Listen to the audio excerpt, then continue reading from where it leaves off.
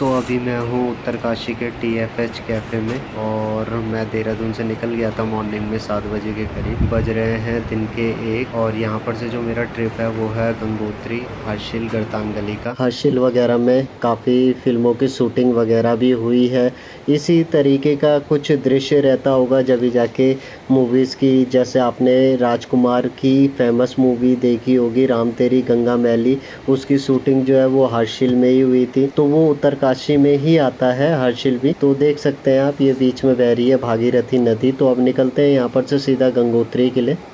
उत्तरकाशी से चला ही था और 70-80 किलोमीटर दूर चला हूँगा और काफ़ी गजब लोकेशन देखने को मिली। तो मेरा मन किया यहाँ पर गाड़ी रोक दूँ और कुछ समय यहाँ पर बिताऊँ। तो यही सोच रहा हूँ, जब यहाँ के नज़ारे ऐसे हैं तो जहाँ मैं जा रहा हूँ गंगोत्री, वहाँ पर कैसा अनुभव होगा मेरा। तो बने रहिएगा ब्लॉग में। उससे पहले आप व्यू एंजॉय करो। मिलते हैं सीधा गंगोत्री धाम में।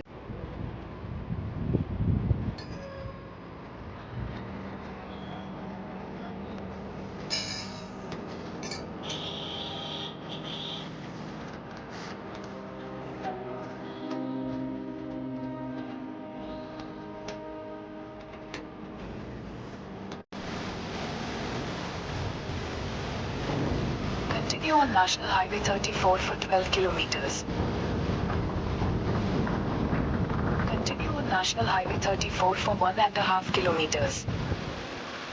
तो पहुंच चुका हूं गंगोत्री धाम में। गाड़ी पार्किंग में खड़ी कर दी है। अब यहां पर से चलते हैं सीधा मंदिर की तरफ और मंदिर में दर्शन करके फिर सीधा चलेंगे पांडव गुफा और सूर्य कुंड की तरफ।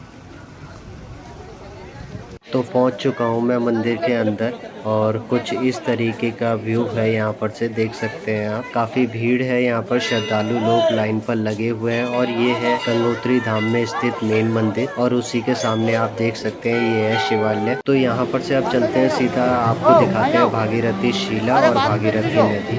तो चलते हैं नीचे की तरफ और ये आप जो मेरे सामने देख रहे हैं ये है भागीरथी शिला। कहते हैं जब देवी गंगा राजा भागीरथ की प्रार्थना के उत्तर में पृथ्वी पर उतरने के लिए सहमत हुई थी, तो वह अपने निर्णय पर कायम थी कि पूरी भूमि पानी के नीचे डूब जानी चाहिए। दुनिया को इसी तरीके की तबाही से बचाने के लिए भगवान शिव ने गंगा नदी पर कब्जा कर लिया। भगवान शिव को प्रसन्न करने के लिए राजा भागीरथ ने बहुत लंबे समय तक तपस्या की। राजा भागीरथ की तपस्या से प्रसन्न होकर भगवान शिव ने गंगा को 3 धाराओं के रूप में मुक्त किया, जिनमें से एक पृथ्वी पर पहुंची और भागीरथी नदी के रूप में जाना गया। तो इसका पूरा श्रेय राजा भागीरथ को जाता है।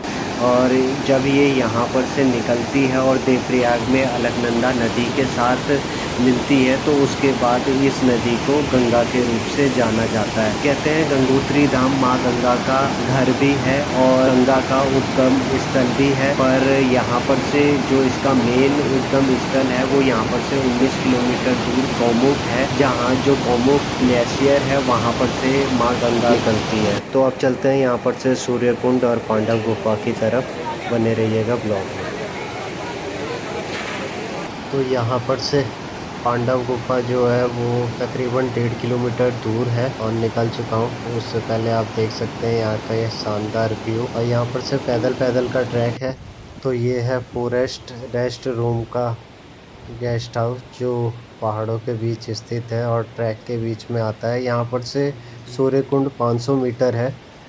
जैसे कि मैंने आपको बताया था कि जो पांडव गुफा है वो 1.5 किलोमीटर की दूर स्थित है और 500 मीटर पर ही आप सूर्य कुंड के दर्शन कर सकते हैं। तो चलते हैं आगे की तरफ और आपको दिखाते हैं। तो शायद पहुंचने वाले हैं। ये देख सकते हैं आप, यहाँ पर एरो दे रखा है और काफ़ी अच्छा लग रहा है। यहाँ पर देख सकते हैं आप, पेड़ों के बीच में ये कुछ घर बने हुए हैं और उन्हीं के बीच से निकलता हुआ ये रास्ता, और ये पूरे देवदार और चीड़ों के पेड़ों से भरा हुआ और काफ़ी खूबसूरत लग रहे हैं देखने में। पहाड़ भी बिल्कुल, आसमान भी एकदम साफ़ है। तो चलते हैं यहाँ पर से सूर्य कुंड की तरफ। आई थिंक अब थोड़ा ही रह गया है, बाकी आप देख ही सकते हैं धूप भी एकदम मुँह पे ही आ रही है। तो पहुँच चुका हूँ मैं सूर्य कुंड। ये देख सकते हैं आप, सूर्य कुंड का बोर्ड लगा हुआ है और अब आपको करवाते हैं सूर्य कुंड के दर्शन।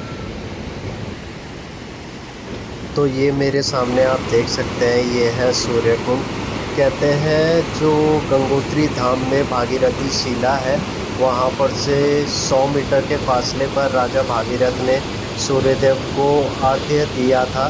भागीरथी की धारा आज भी इसी स्थान पर सूर्य को अर्घ्य देते हुए कुंड में गिरती है, इसी कारण इसे सूर्य कुंड कहा जाता है। और बाकी यहाँ के आप व्यू और देवदार के चीड़ के पेड़ों के साथ ये बीच में घर काफ़ी खूबसूरत लग रहे हैं देखने में। अब यहाँ पर से चलते हैं सीधा पांडव गुफा की तरफ, जो यहाँ पर से 1 किलोमीटर की दूर पर स्थित है और उसका जो ट्रैक है काफ़ी खूबसूरत है। तो चलते हैं ट्रैक को एंजॉय करते हुए।